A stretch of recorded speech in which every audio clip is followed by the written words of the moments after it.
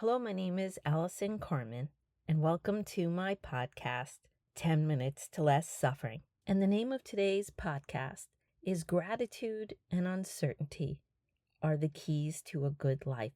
And I've been thinking about gratitude and uncertainty together because gratitude grounds us to what is, and embracing uncertainty frees us in this moment and frees us to explore life on the unlimited field of possibilities and opportunities.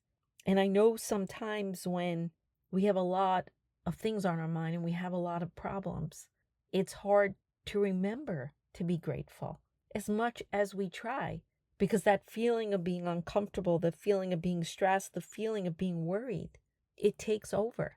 And the last couple weeks, I have not posted a new podcast because I had shingles on my face and in my head.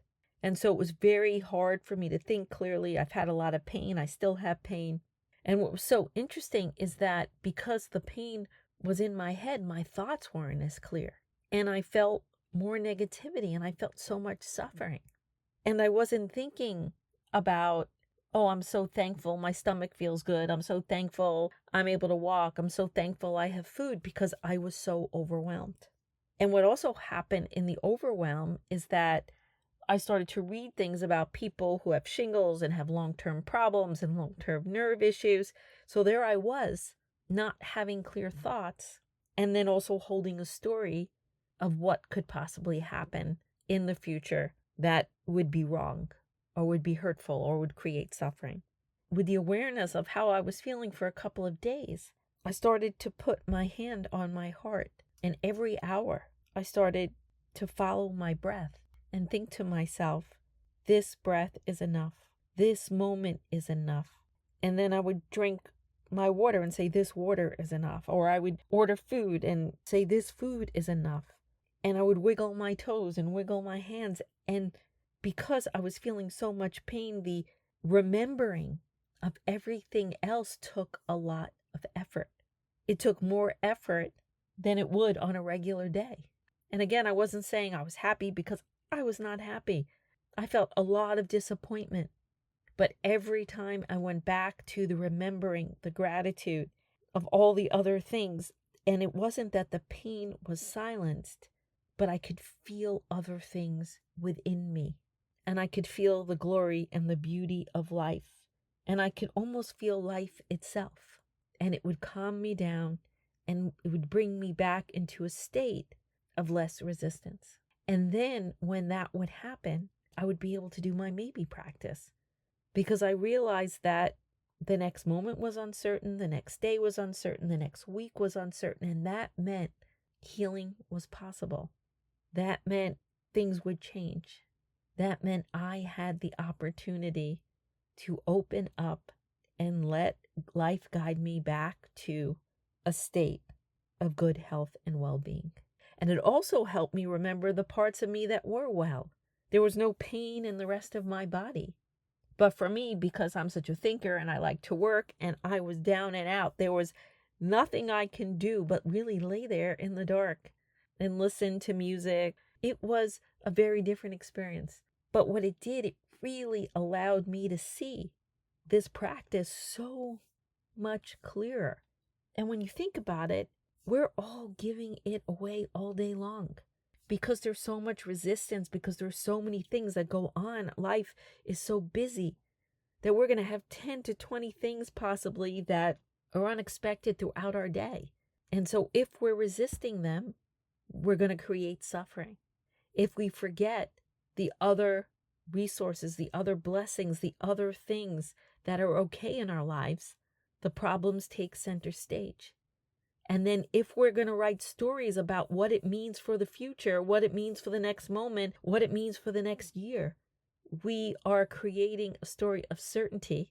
We're creating suffering in our lives in the moment, and we're shutting down to all that's possible. Because when we open up, when we know life changes, we have more courage. We have less doubt. We have more light within us. We have more of an open heart. We are willing to get back on the unlimited field and say, okay, I didn't expect this, but I accept this. and I know life will change again. I am here. Uncertainty is my best friend, because if I want my life to change, it has to happen in the unknown future. And also that embracing the unknown allows us to embrace the unknown of the moment, because the moment is always offering us something more. And even when I was sick, my mom was still not well. She was in the hospital and she had hurt her back. And so my sister had the opportunity to step up and help my parents. So I was able to have more depth and gratitude in my heart for her. I spoke to my dad more. I haven't spoken to him that much lately. I got to spend more time in solitude.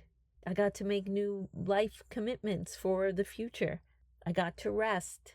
And again, I'm not saying that I preferred any of these things, but life was giving me that. And as I'm getting back to work and as I'm doing things, I have such a deep gratitude to be able to be on my computer for 2 or 3 hours. I would have never thought about that a couple of weeks ago. So I'm trying to remember each moment. And again, when we're suffering, when life's not going the way we want, we dig this lowness, we dig this negativity. And Lao Tzu said, when you realize there is nothing lacking, the whole world belongs to you. Isn't that amazing? The minute we stop resisting, the minute we give up the lack, and we gather all our resources together, the world belongs to us, because we're not being pulled any place and we're able to reside in ourselves.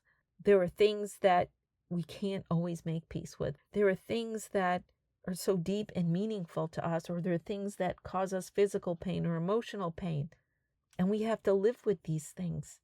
But the volume of these things, the acceptance of these things, even when there's pain, the gratitude of the other resources around us, and knowing that life changes when we know these things, the experience is so different. And that's what I saw the last couple of weeks. I saw my ability to lay there and be negative and be afraid and be scared and be shut down.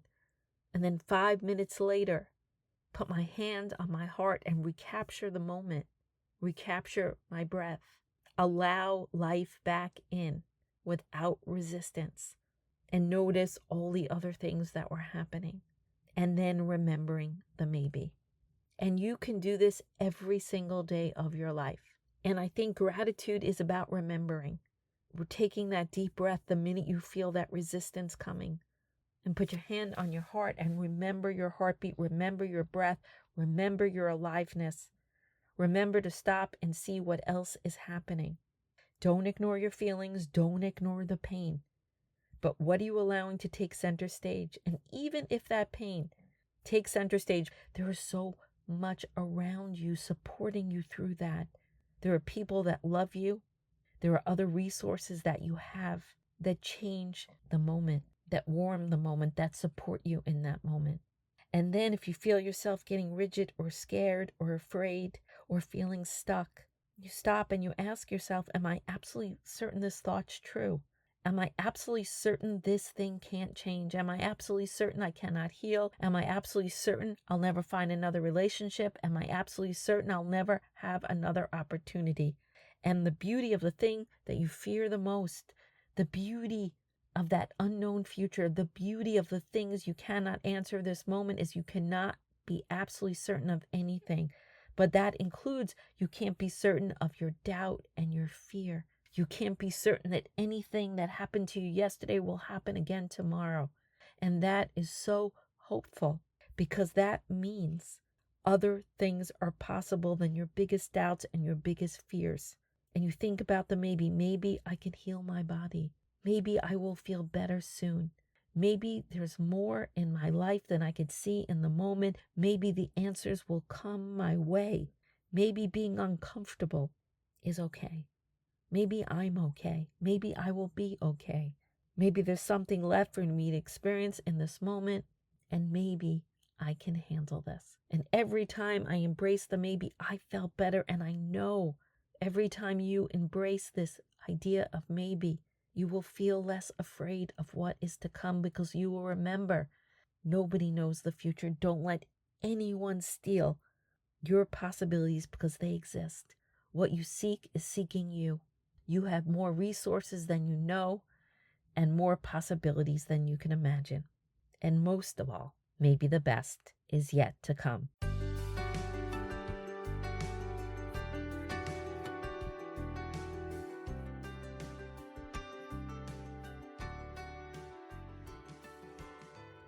Thank you for listening to this podcast today. If you'd like to get in touch with me, you could email me at allison@allisoncarmen.com.